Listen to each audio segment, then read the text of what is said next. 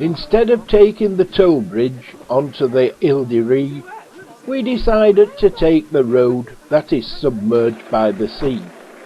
So you have to wait for the tide to go out before you can proceed.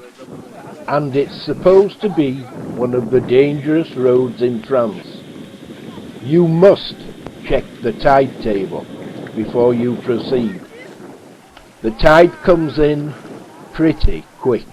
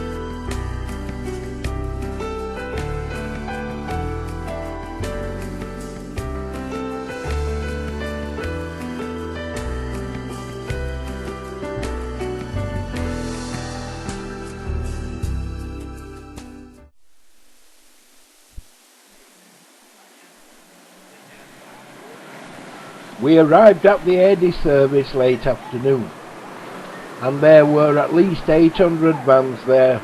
If you require electric hookup, there is a separate part of the air to park up.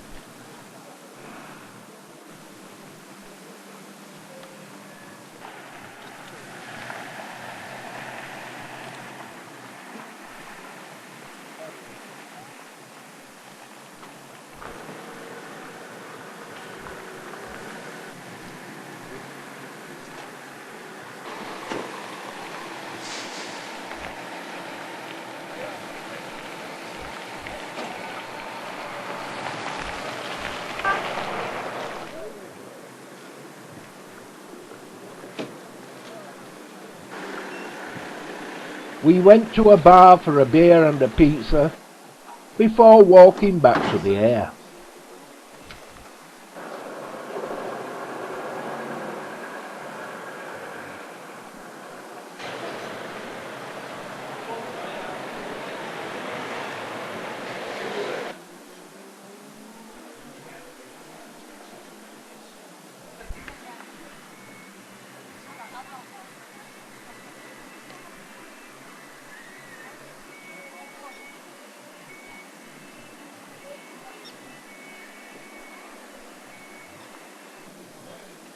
The Ile de Ré is the second sunniest place in France, second only to the Côte d'Azur.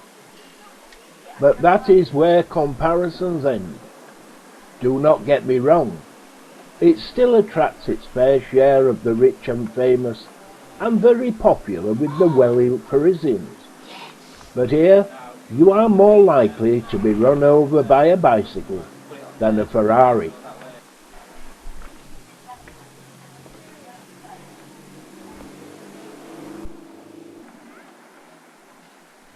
Only 19 miles long, this Atlantic island nevertheless packs a lot in. From historic military fortifications to picturesque harbours, pine forests and fun seafood shacks, there's much to enjoy. The Cistercian monks developed the wine and salt trade on the Ile de Ré. You can see the remains of their refectory and cloister garden, and the site is free to enter.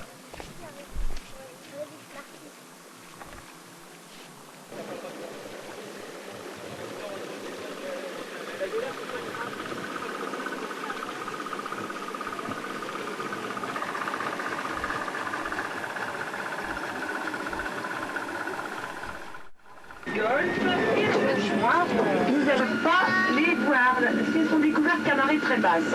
Encore plus au large sur la droite, c'est là où sont les parcs. C'est pas unique. à faire ça.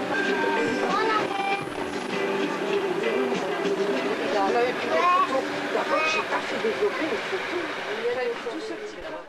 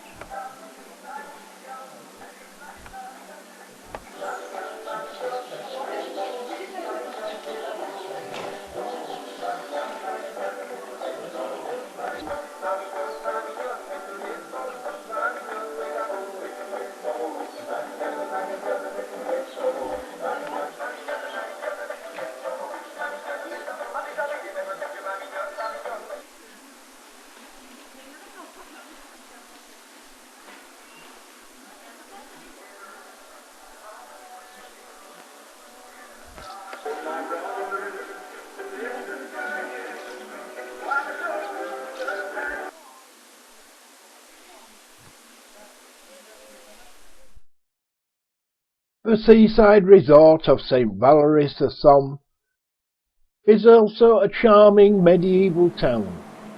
It is a very popular destination thanks to its history-filled upper town overlooking the bay, narrow flower-filled streets, sailing and fishing harbour, and a beautiful sea-wall promenade lined with villas. Some famous people, such as William the Conqueror in 1066, have stopped here, and Joan of Arc, a prisoner of the English, crossed the city in 1430. Full of character and stories of long ago is the medieval quarter. Parts of this neighbourhood, which was once St. Valery as a medieval city, date back to the 12th century. This is a wonderful area to wander with cobblestone streets, half-timbered houses that are wonderful, and small town squares.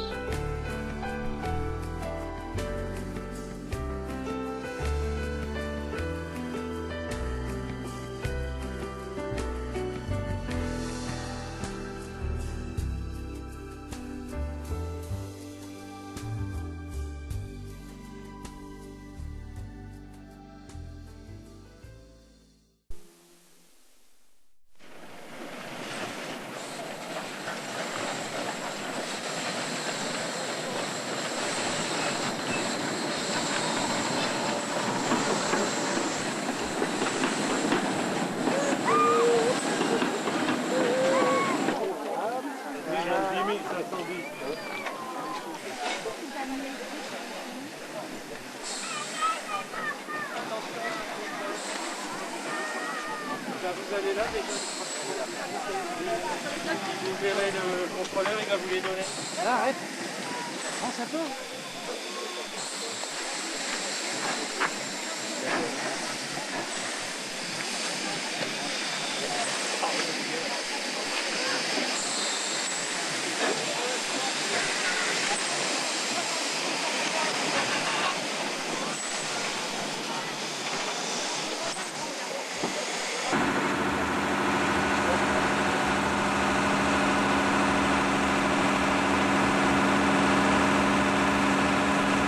Valery était un quartier maritime comme Boulogne, Dieppe ou Dunkerque maintenant. Valery, comme Perret, Blavet, Lejoie, Violette ou encore l'amiral Courbet qui lui c'est la petite. Et ça, c'est marin prélevé, qui en fait est un estuaire. Les sémonières, ça vaut sur moutons, environ 6000 moutons. Alors comme ces herbes sont salées, puisque la mer en montant dessus, les couches sont sales, les moutons qui mangent ces herbes deviennent les fameux B. Et donc je crois un peu en Picard, ce qui veut dire le coin des menteurs. Et c'est là que les vieux marins avaient l'habitude de passer leur journée. En 1431, elle était donc prisonnière des Anglais. Elle venait du Crotoy en face, et quand les Anglais sont donc les tours Jeanne d'Arc. On peut voir ces 1000 sortes de plantes qui poussent en Picardie. Elle a l'air maladie puisque c'est le Valery que Guillaume de Normandie, parti à la conquête de l'Angleterre, après être parti de l'île-sur-mer, il est donc venu s'abriter à Saint-Denis, flotte de 400 voiles. Dans un moment, on a vieilli la faune et la flore. Sur la baie, il y a un belvédère très bercé sur la baie. Les ruines de la tour Harold, la tour qu'on voit, c'est...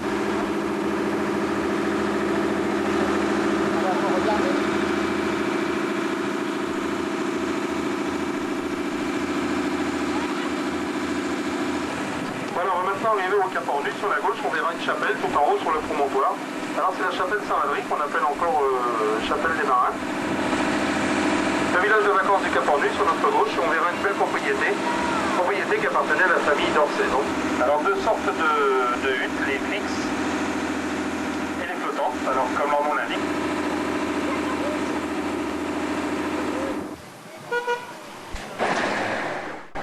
Taking you over the lock bridge in St Valery sur Somme and skirting around the bay and marshes where you can see swans, herons, egrets, water hens and all kinds of ducks.